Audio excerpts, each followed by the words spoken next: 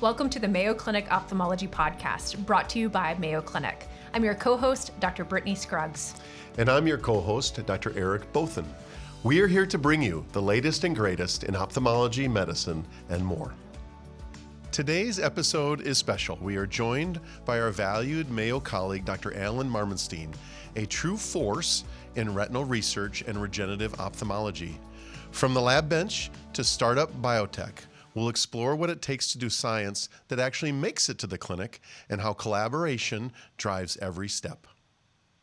Dr. Alan Marmorstein is a professor of ophthalmology and director of the Ophthalmic Regenerative Medicine program at Mayo Clinic. For over 30 years, his lab has led groundbreaking work on inherited retinal diseases, age-related macular degeneration, and gene and cell therapies.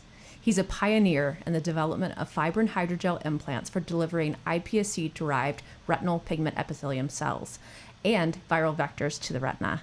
And he's turned lab innovation into real-world impact. A mentor to dozens of students and a fearless early adopter of new technologies, Dr. Marmorstein's work stands out for its rigor, its translational focus, and its deeply collaborative spirit. His research has led to multiple patents, high-impact publications, and experimental therapies now being tested in large animal models. He's also shaped the field through national service on NIH panels, editorial boards, and scientific leadership roles in regenerative medicine and ophthalmology. Welcome, Dr. Marmorstein. Welcome. Thank you. It's good to be here. Okay, for the listeners, this episode is especially meaningful for me. So Dr. Marmorstein and I are collaborators, and we share a lot of things. We share students and technicians and lab space and coffee on Sunday. And this one's mine. And honestly, your approach to science, Dr. Marmorstein, has really changed how I think about science, how I think about translation. And it's just been such an honor to be a part of your team and to work with you. So I was hoping we could open it up with just understanding your story. Like, walk us through, how did you get to this point as a PhD scientist and studying ophthalmology, regenerative medicine, and running this lab? How far back would you like me to go? As far as you think is relevant. The beginning. I knew you were going to say that. Okay. Maybe I was a little weird when I was a kid. Everybody wanted to be a fireman, a policeman, and honestly, the people I looked up to were physicians. I read the autobiography of Christian Barnard. Forget about all of the apartheid stuff. He was the first person to do a human heart transplant. And I thought that was amazing. And we're talking, I was a single-digit age here, So, like I said, everybody else was whoever the, best hitter on the Yankees was, or the Giants, and I was into Christian Barnard's heart transplants. And it just started me on the road to do science. And originally, like both of you, I wanted to be a physician. But I realized at some point along the way that although I could be like you and do it all, I didn't have that capacity. I could choose one side or the other. I was either going to treat sick people or I was going to develop the things that I've done. And I can't really put my finger on when that exact point was. So, I went to school like everybody else, and I got my bachelor's degree. I was 20 years old, burned out of school, and said, I'm just going to go to work. And I worked as a lab tech for a couple of years.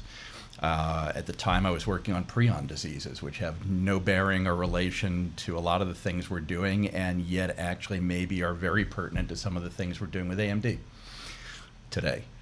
And then I took a couple of years off after that to really see if I wanted to be a scientist. I did a whole lot of other things. I was a fisherman. I did a lot of mountaineering, played around a lot, and eventually the universe caught up with me and said, no, you're going to go back to school and you're going to get a degree. And it was a PhD, it was not an MD. So I went to graduate school at the State University of New York at Health Science Center at Brooklyn, got my PhD, and when I was there, I was very interested in protein trafficking. And I worked in the laboratory of Enrique Rodriguez-Boulan, who was a very prominent guy in that area for 4 years, published 12 papers. It was a great experience. I mean, I don't know if this is pertinent to what you want, but he ran his lab in a very collaborative way. There were labs that were in the same institution, or what I should say is, so Enrique's lab was at Cornell University Medical College, today the Weill College of Medicine. And that shares a geographic vicinity with Memorial Sloan Kettering and Rockefeller University. All three are basically on three different corners of the same street. And in the laboratories in those buildings are Nobel laureates and really, well-known, prominent people. And the labs vary tremendously in the cultures within them. Some of them will put 5 PhDs on the same project and, do a little Darwinian thing. And then in Enrique's lab, it was collaborative. We had 3 people working on retinal pigment epithelium cells in the eye. I was one of them, and I didn't go there for that, by the way. I went there for the protein trafficking. I ended up an eye guy there, and we can delve deeper into that if you want. But I worked with a couple of other scientists, Vera Bonilla and Sylvia Finneman, who were also, Vera was a student at the time, and Sylvia was a postdoc. And also some of the other postdocs that were in the lab who were not working in the eye, like Chuck Yeaman, who last I heard was at the University of Iowa. And, we just built on each other's work. And so we were very productive. It was a wonderful environment to be in. It was very collaborative. I was very excited about things. We did a ton of journal clubs and things like that too, and the journal clubs were with other labs. So we would this environment that we had there, like I said, it was collaborative beyond that, in that we had Fred Maxfield's laboratory and others who we would do journal clubs and things with. And I remember going to a journal club that we did, and it was on an article that was in the Journal of Cell Biology, and the article was about the deformation of the lipid bilayer when you created a vesicle at the plasma membrane. And you're going to think, how on earth did that get you to do what you do today? And the answer is, I thought it was awful. I hated it. I couldn't stand being in that journal club. I just thought, drilling down to the things in science that are meaningful, and I'm sure it's a meaningful thing, but that wasn't where I wanted to go. I walked out of that journal club and I knew right then and there was no way on earth that I was going to do research on deformation of lipid bilayers or, the most basic, most fundamental processes that exist. I needed to do something that I was going to see helping somebody, not just as a line in a textbook. Truthfully, I never cared if my work would be in a textbook. I wanted it to be the sort of stuff that you guys would be talking about when you went for a coffee as physicians. Now, you're special because you're both. But but that's what I decided I wanted to work to live for, essentially. And it was confirmed in my conversations with Enrique, who was my mentor and only retired a year or so ago. I sat down with him one day when I started looking for jobs, and I said, what's your one regret in your career? Because he was probably my age then at the time. And he said, it's that I haven't really done work on disease states. He was very interested, for example, in macular degeneration, and he's way better known, I think, than I ever will be. But everything he did was on mechanisms of protein trafficking. And so it made, he had a paragraph in the cell biology textbook by Alberts and all of this sort of thing. But he thought that he could have done more in the realm of translation. And that did sort of rub off on me quite a bit. So I think, in our department and broadly for people that know you, just appreciate how well you've done translational research and the impact you've had. But for many listeners, are just meeting you for the first time by this, either this audio or video, share with those people. So with that background, with that appreciation of collaboration, with that curiosity to do things that are not just in a textbook, but really impact care, frame with everyone what you've done here at Mayo Clinic over the years in areas of interest. Like, what have been your coffee shop level delivery for someone that isn't in the lab with you, like Brittany's privileged to be, on what areas of research you've explored? I'll try and keep it small. Since I've been at Mayo Clinic, the opportunities evolved. Different institutions also offer you different things. Some have more funding, some have more technical capacity, some have more people. Mayo has really everything, so it's been really wonderful being here. Around the time I got here, induced pluripotent stem cells started to really take off.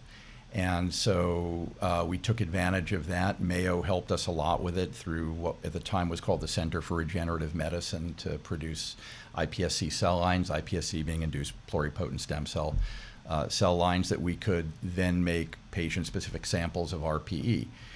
And as we were doing that, we thought, my interest was, and still is, most strongly in AMD and in inherited retinal diseases. And, what can we do with this to just have the magic bullet? Forget treating one disease, best disease. And if I get scattered, stop me and I can try and clean up the mess. But best disease is caused by over 200 to 300 different mutations in the best one gene. And how do we treat the possibility of a patient who could have one of 300 different mutations yet have the same set of symptoms, right? Maybe there's a small molecule, we couldn't find one, although we found one that maybe might work at some point. And then you ask yourself the question, do we want to put a person with an IRD on a small molecule drug from birth to death?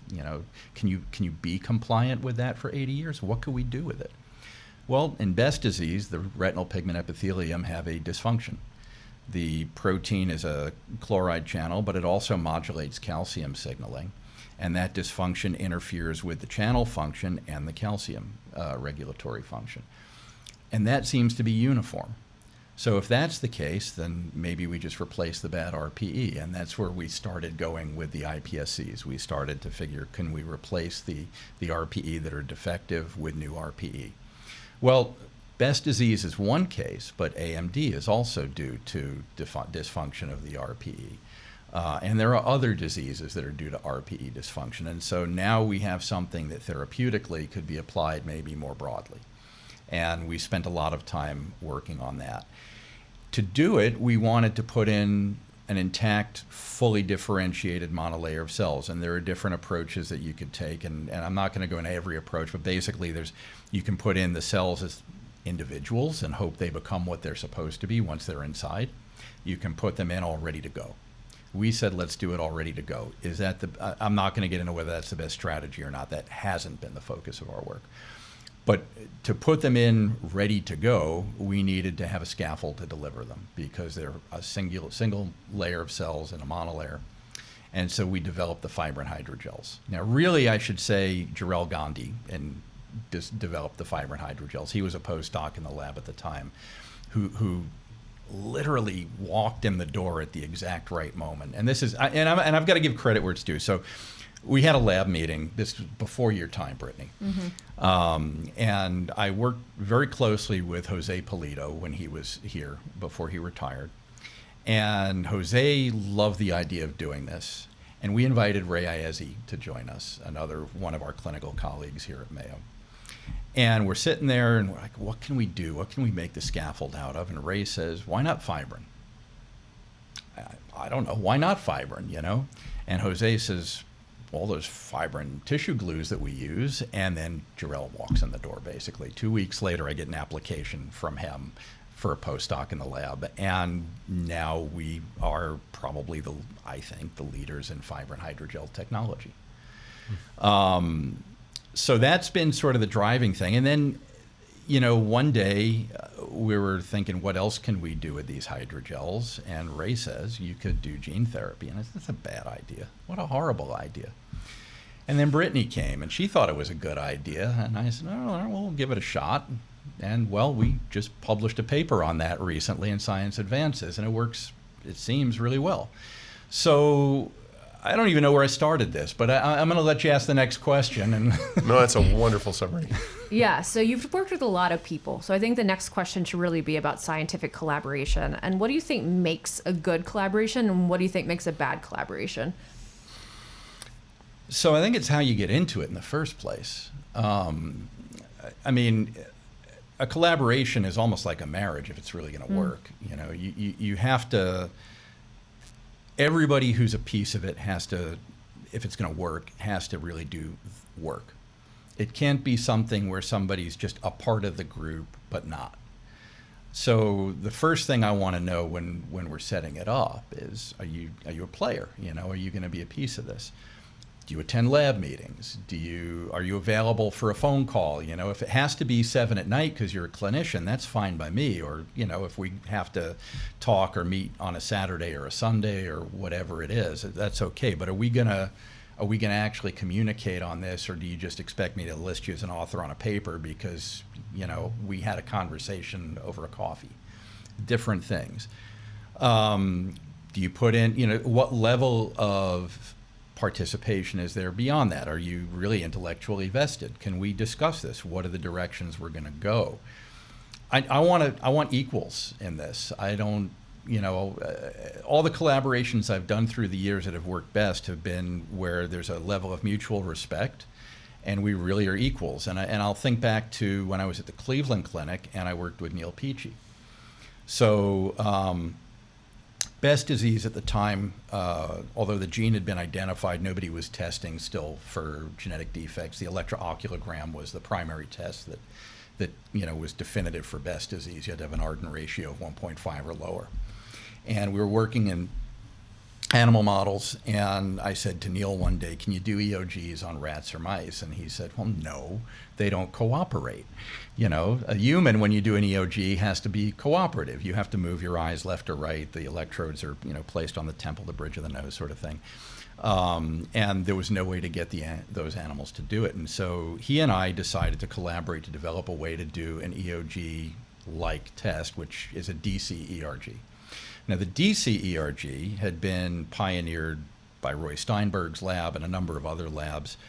And the way it had been done was almost surgical. They would, open the eye up and put electrodes in. And this was done usually in larger animals, not mice or rats. There was very little on that. I said to Neil, no, we need to be able to do this in a way that's non-invasive, very reproducible.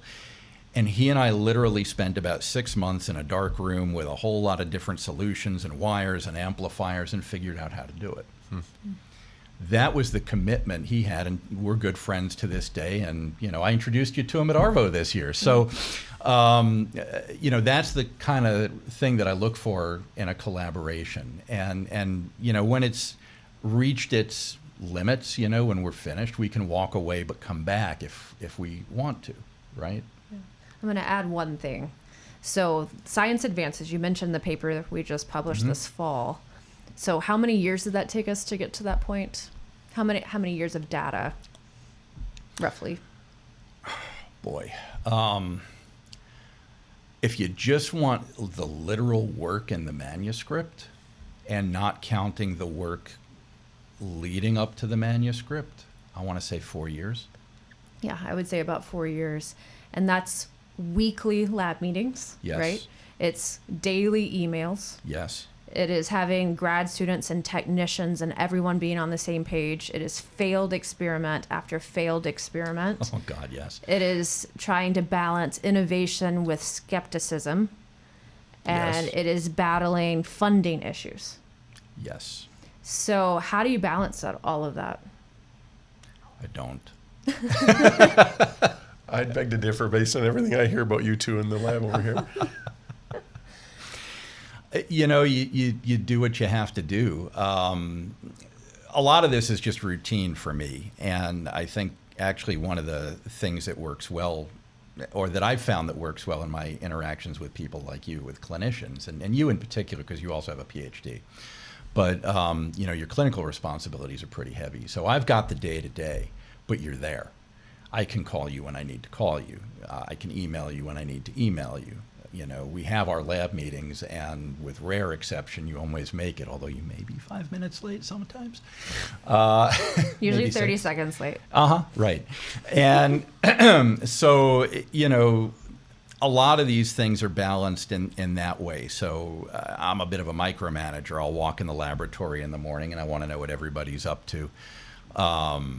And my intent is to keep it on track. I'm not trying to tell everybody, no, I want you to use 10 millimolar, not 12 millimolar, this or that.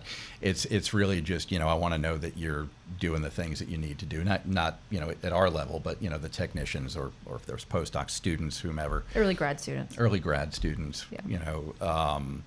I want to say, as MD PhDs who are potentially listening, or MDs who are running labs, or potentially thinking about running a lab, it is so amazing to collaborate with scientists who are there all the time. I can't tell you how important that is, because we can't do that.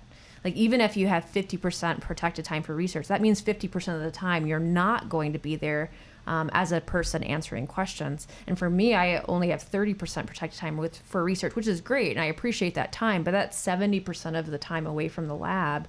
And I'm only one person. So collaborations and having that person who can be the eyes, literally eyes on the people and the experiments, and the person who answers questions. Thank you. So Well, thank you. in the journey of that, then how do you balance the tension between moving quickly, getting results in a changing field, and the priority, the desire to do careful, reproducible science? Because you talk about these 4 years in the journey. I mean, students come in and they want their publication because they're trying to get ready for the next thing. I would imagine translationally, you have clinicians and surgeons that want some sort of result faster. But how do you communicate and live your life with that tension successfully? Well, I don't know it's about living my life. It goes back to something that Enrique, my postdoc mentor, said to me when I started in his lab. So I went to his lab not only because I was interested in the work, but because he had graduated a group of students and postdocs who went on to do, big things as well.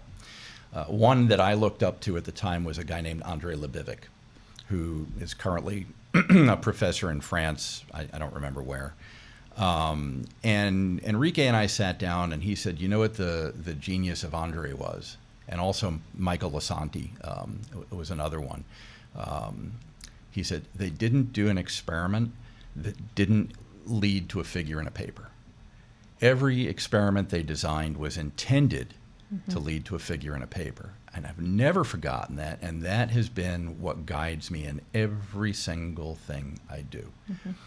Now, every experiment can't lead to a figure in a paper. Sometimes you have to do a pilot. Sometimes you have a question that you need to answer that just isn't going to be panel C or D or whatever.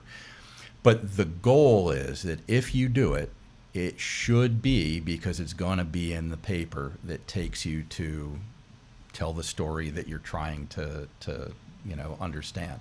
It's a good exercise for a grad student to map out the figure before they start the experiment. Absolutely. What do you think it's going to look like in your manuscript? Because if it's not going to lead there, where is it going to lead? Probably nowhere. And the other side of it is, and this was an important point that Enrique had made to me about it, it wasn't just that it should be something that's going to be in the paper. You should be doing it like that is the figure. You don't come in and just say, well, yeah, I think I'll add a little bit of this today instead. You need to control the variables that you're testing, and you need to be very careful about, all of the things that you're doing so that there's not too much stuff going on and you can't interpret it, or that you're getting yourself into a position where, when it's done, you're guaranteed to come out of it with nothing. You have to design the experiment well. And so I started for myself, and this is, back then I worked at the bench. Now, of course, I get to sit in an office and tell others to work at the bench, which I'd rather work at the bench. But so I don't write the experiments out, but at the time I did. And I wrote them out in excruciating detail because I wanted to do the right experiment to get that figure in the paper. And I got 12 papers as a postdoc, and most of them were in pretty good journals. So I must have done something right. You talk about the coming to work and really wanting to have a good finger on the pulse of what's happening and the details. You're an attention to detail type person, which has brought to your success. But you also talk about working with others in a lab, and now you're, PhDs or other people that are actually doing the work. Talk about, from an educator, because I manage this even clinically, that balance of making sure it's done just so, but also letting someone else do it in a way that allows for independence, accountability, and their journey and growth and owning the project. So as a mentor, how do you do both? So I'm not sure it relates to what you can do in the clinic, because if you fail in the clinic, it's usually not a good thing.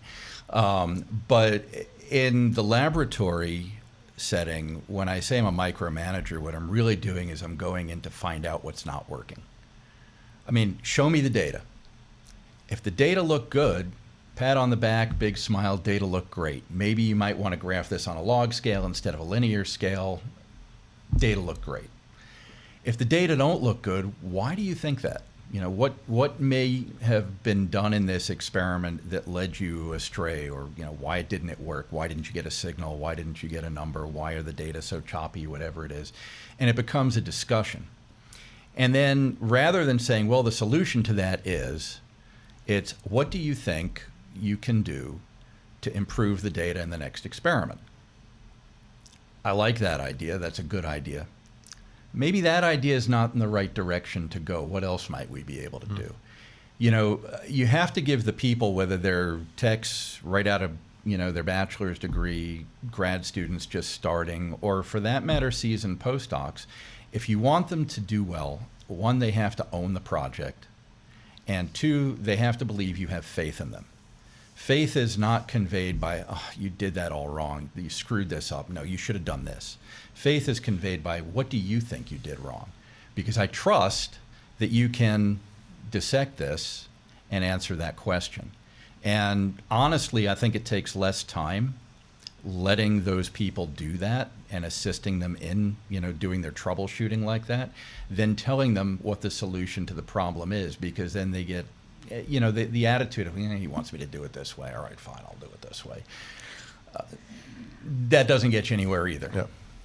I do find sometimes when you're in the lab and you're working, you kind of lose sight sometimes of the bigger like picture of what the manuscript is going to be. So I do think sitting down and having meaningful times away from the lab, having things on the screen, presenting potentially your preliminary figures or very incomplete figures, and organizing your data in front of people, really helpful. So that's why every week we sit down, us, our technicians, our grad students, our master students, postdocs, whoever it is, whoever wants to come in the room, honestly. And we talk about science. We talk about what's been good in the last week, what's been hard, what are some solutions. We make sure our grad student is like preparing for, you know, upcoming comps and able to answer hard questions. And then also circling back and making connections to the clinic. Like, why is this really meaningful? The experiment you're doing, remember why we're doing that, right? And I think we do that well together, and we have different perspectives. But we also make sure that if they're going to do it, you should do it with full intention of doing it well. Well. Yeah.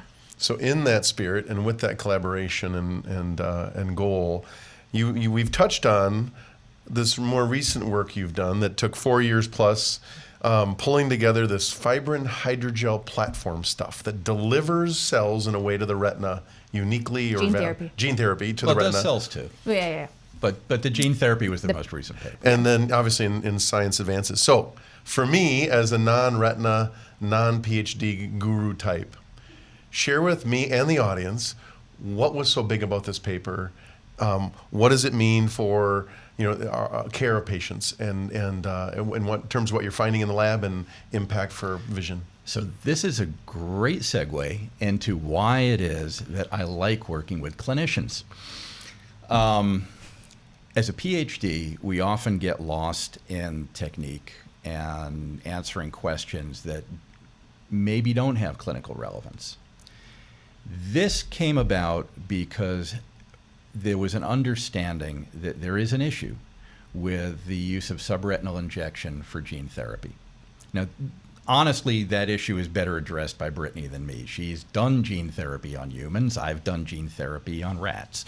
Very different, you know? Yeah, I think we should stop and actually define what that means. So for listeners who have never heard subretinal bleb, so we're actually putting a cannula through, like a needle cannula through the retina. So you're making a hole through the retina, and you're injecting a solution, in this case, potentially a viral supernatant or some type of solution that has a virus in it. And you're putting that in the subretinal space, so between the retina and the RPE. And you're making a bleb. So you're literally making a localized retinal detachment with your medicine of choice. And yes, I do that on children and adults. And we generally use that as our standard of care for gene therapy right now. So I will give it back to you. Okay. So generally speaking, I would say in a rat, this is a really easy surgery in contrast to a human who, I don't know how long does it take you to do a human surgery typically for that? 30, 45 minutes. Okay. I used to do rats in about 90 seconds. We didn't even close the wound. It was a piece of cake. The whole retina is detached. You have a wound that's irregular in length, made with a number 11 blade.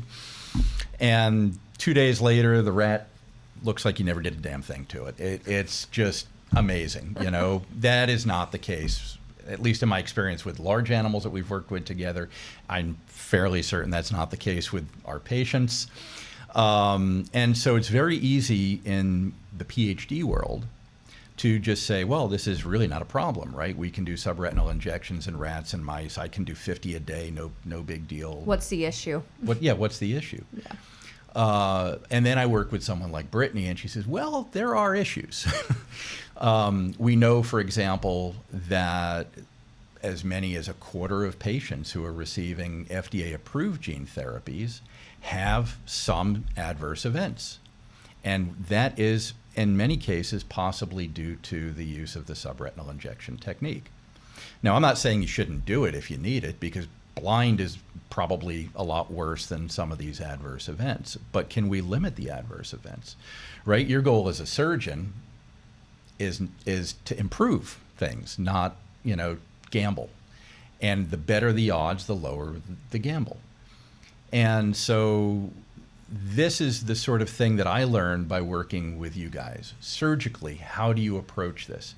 Can I make a 10-foot wide scaffold? No, the human eye is 22 millimeters in diameter or 26 millimeters in diameter. Everything has to fit in there.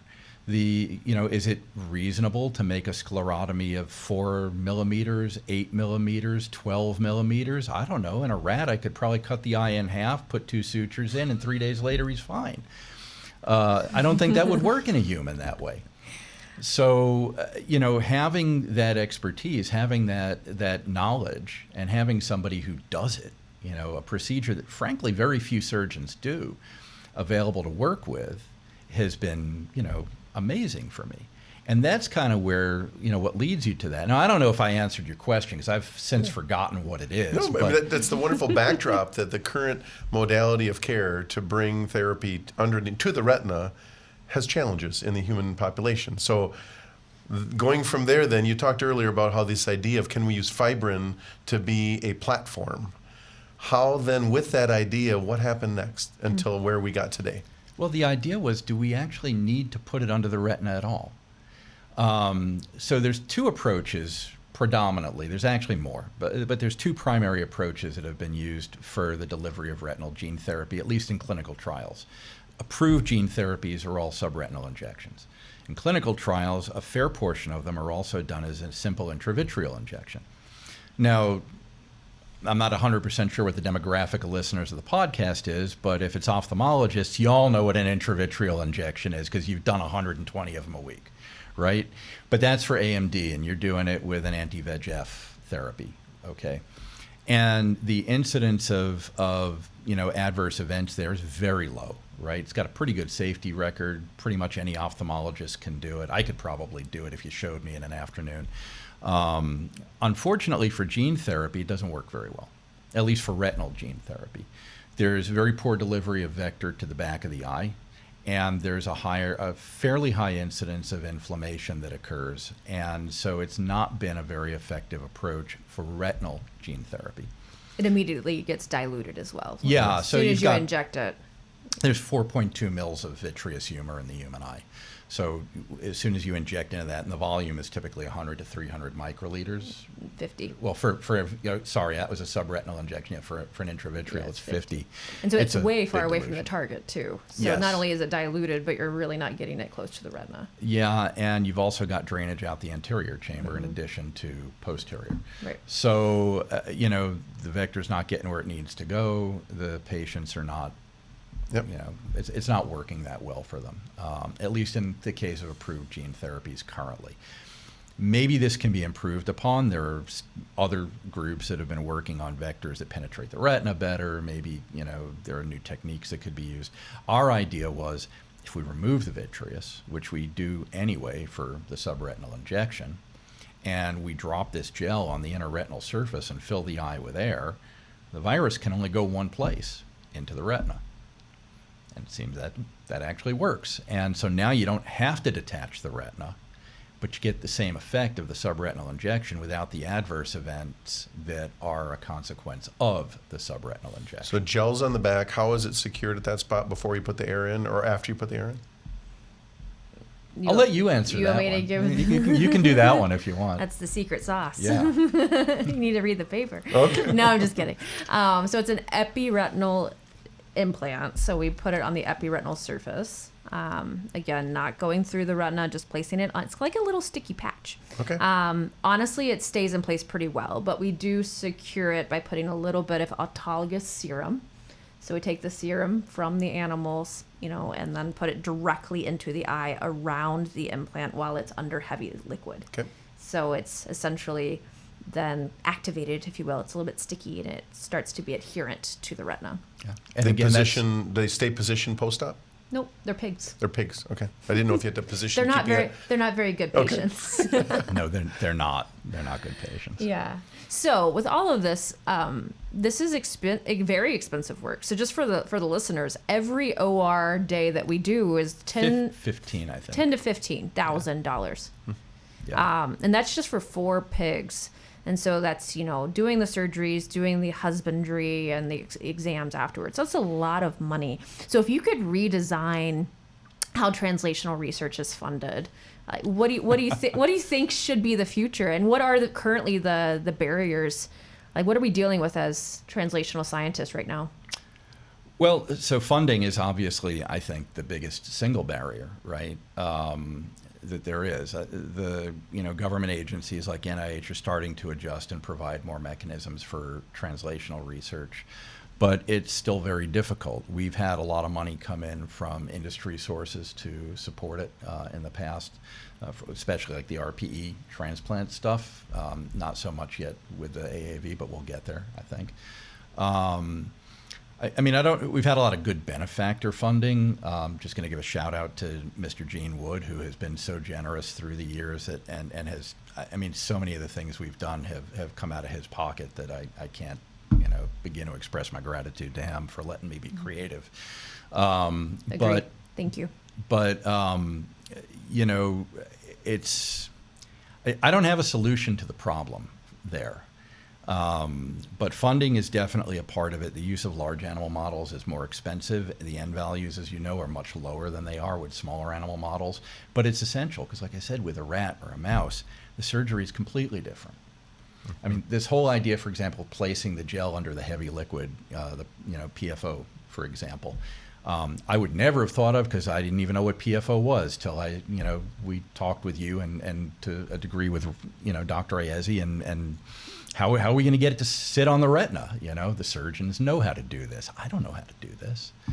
And so, funding is a big one. The team is a big one. I'm lucky I'm at Mayo. I get to work with you. I get to work with Ayezi. I get to work with anybody in ophthalmology, actually. It's a fantastic group. If I had a question, I could bring it to Eric. I could bring it to anyone. We get the answers that we need for that. But that's also part of it. The clinicians, in a lot of cases, I don't think know where to begin research-wise. The PhDs, in a lot of cases, don't understand how to go from this concept to where you can use it. And it's not just the surgical procedures. With the RPE, for example, it was production using good manufacturing practices. How do we achieve that? What I've found is I have colleagues who have the same goals I do. Their process for differentiation, however, is hopeless when it comes to GMPs. And it's not that they want it to be that way. It's just this is what it took to get them where they are, and GMPs were not a consideration along the way. So if I were, looking at hurdles that I could overcome in an institution, I would want to have advisors for people who are looking to do translational research, who could assist them in understanding what it's going to take to commercialize the product, because that can cut literally years off the timeline.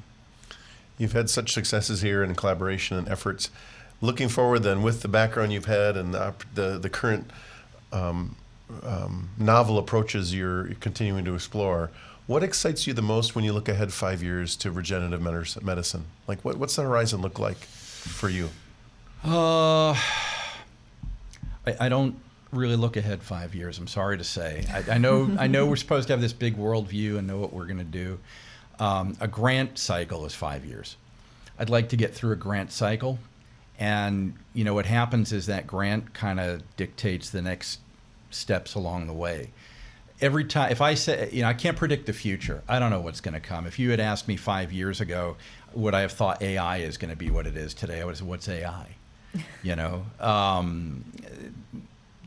I'm going to help you a little bit. So there are a lot of very exciting clinical trials that we're doing right now in gene therapy, even some cell-based therapies. Mm-hmm. So for me, the answer is, as a clinician and clinician scientist and clinical trialist, it's really cool that we're starting to do these clinical trials that, for the first time, inherited retinal disease clinic is not just like, this is your diagnosis, I'm sorry, let's get you potentially some low vision resources. We're starting to think about these exciting, potentially experimental therapies. We have an FDA approved therapy that kind of opened up the doors to think about this in a different way. So IRD clinic is kind of becoming a surgical specialty for the first time. That's exciting. And I know you share that excitement with me. Oh, absolutely. Absolutely. I was looking at this more from a basic I know you science perspective because, I would love to know what's going to, I want to know what's going to be hot 5 years down the road. I really do. But I've been a very poor predictor of that through the years. So, but the excitement, as your work continues to realize these opportunities are coming to play. Mm-hmm. We know that these vectors and implant treatments can potentially have a role if we can get them there. And your lab has just been collaborating in a special way to find new ways to make that happen. So I just thank you for being here with us. I've enjoyed this conversation. I know you get these sort of conversations more than me. Mm-hmm. And it's a privilege to have you share your time with us. Yeah. So I think in closing, I just want to say thank you. Thank you for teaching me, being a mentor, being a collaborator, and I'm looking forward to the next 5 years. Well, my work is more interesting because I'm working with you. So. Oh, so kind. All right. Thank you for being here. Thank you. You're welcome. You can find all episodes of the Mayo Clinic Ophthalmology Podcast on our website, YouTube, or on most podcast platforms. Thank you for listening, and we definitely look forward to sharing more on our next podcast.